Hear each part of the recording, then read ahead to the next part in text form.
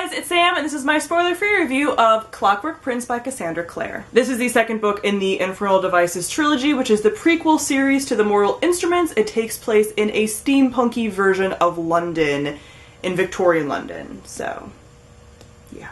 If you have not read the first book in the series, which is Clockwork Angel, I've already done a full review and discussion on that, so I will link the review on the screen. So first off, I'm going to talk about the world building. Very similar to the first book, I enjoy the world building. I find it really easy to get into. I've had a lot of people ask me since I didn't read the Mortal Instruments if I found this world hard to get into. Absolutely not. There's nothing really confusing about this at all. There were some things that I knew before going in just based on like fandom stuff, but it's not hard to understand. It's a very typical kind of urban fantasy. There's all these different kinds of creatures around, but that's the kind that you're used to, really. It's like the demons, the angels, the werewolves, and the vampires, and the warlocks are like the main things. Like, these are not really out there creatures of any kind, so it's really easy to get into. The lore is really easy to follow and all of that. Next, I'm going to talk about the characters. Like I said in my review of the first book, the characters are really why I'm reading this series, so they're the most important part for me, honestly. So they did grow on me throughout this book. I liked that the characters got more fleshed out in this book. There's still some things I don't like about some of the characters, but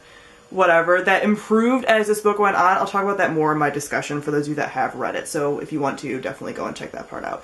But I do continue to like Tessa. I've heard now a few people commenting on how they don't like Tessa, which I didn't know was a thing before I started reading these books.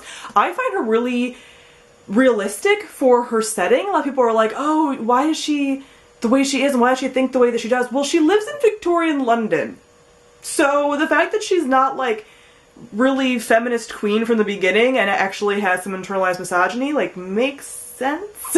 That she feels that certain things, like, are kind of clutching her pearls kind of thing, like, that makes sense. She improves as the story goes on, but it's understandable how she kind of has some trouble coming around to certain things. So I like that about her. And I really like her stubbornness and her wit, and there's a lot of things I like about her. There's not really many things that annoy me about her, honestly. And we have my baby Jem. I don't know if you guys know, but Jem is my favorite of the two male characters in this. I know, everyone's shocked.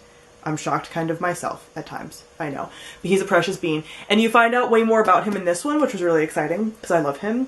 And he's just so cute, and I adore him. I also really liked a lot of the side characters in this. I felt like a lot of them got way more fleshed out. Like, Charlotte and Henry, who are the two adults that run the Institute, get fleshed out way more, and just a lot of the other side characters that are popping in and out get fleshed out way more, and I start to really feel for them.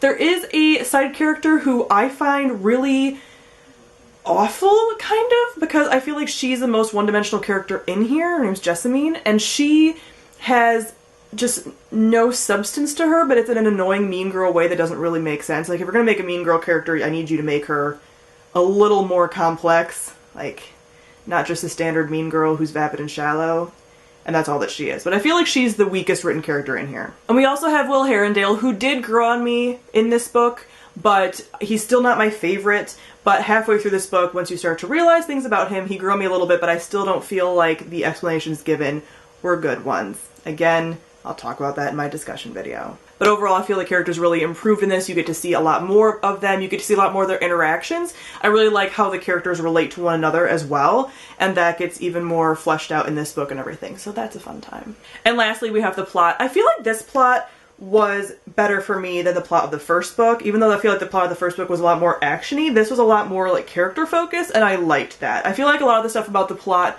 and really there's a main, really big plot around like who Tessa is and what she is exactly, and there wasn't a ton of forward movement on that in this book, but I was fine with that. Like, I liked a lot of the slower pace of that plotline, because I know it's all going to get resolved in the last book, and this focus was a lot more on the characters and how they relate to another and resolving all of that stuff, so I highly enjoy that. Also, this starts to bump up the angst factor, because I'm reading this book, again, because I heard there's a really great love triangle in it. If you don't know there's a love triangle in the series, you're living under a rock. I don't feel like that's a spoiler.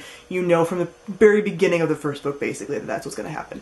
So this starts to bump up the pressure on that, and I'm here for that plotline completely. I said in my first review, I do feel like Cassandra Clare is just a really easy writer to get into. I don't feel like her writing is particularly like complex or unique or anything, but she is a good storyteller. Sarah Jane from the Book Life and I were talking about this because she's a really good storyteller, Cassie Clare, but I don't feel like her writing is anything unique or different, but it's super, super easy to read. So overall, I did enjoy this book more than the first book, but it did take me about halfway through before I really started to enjoy like the characters and everything that was happening, so I gave this one 3.75 out of 5 stars. So like I said, I am going to be filming a spoilery discussion on this book, so I will link that on the screen for you to check out if you've read it. So comment down below and let me know what you thought of Clockwork Prince. Thank you all for watching, and I'll see all of you guys soon. Bye!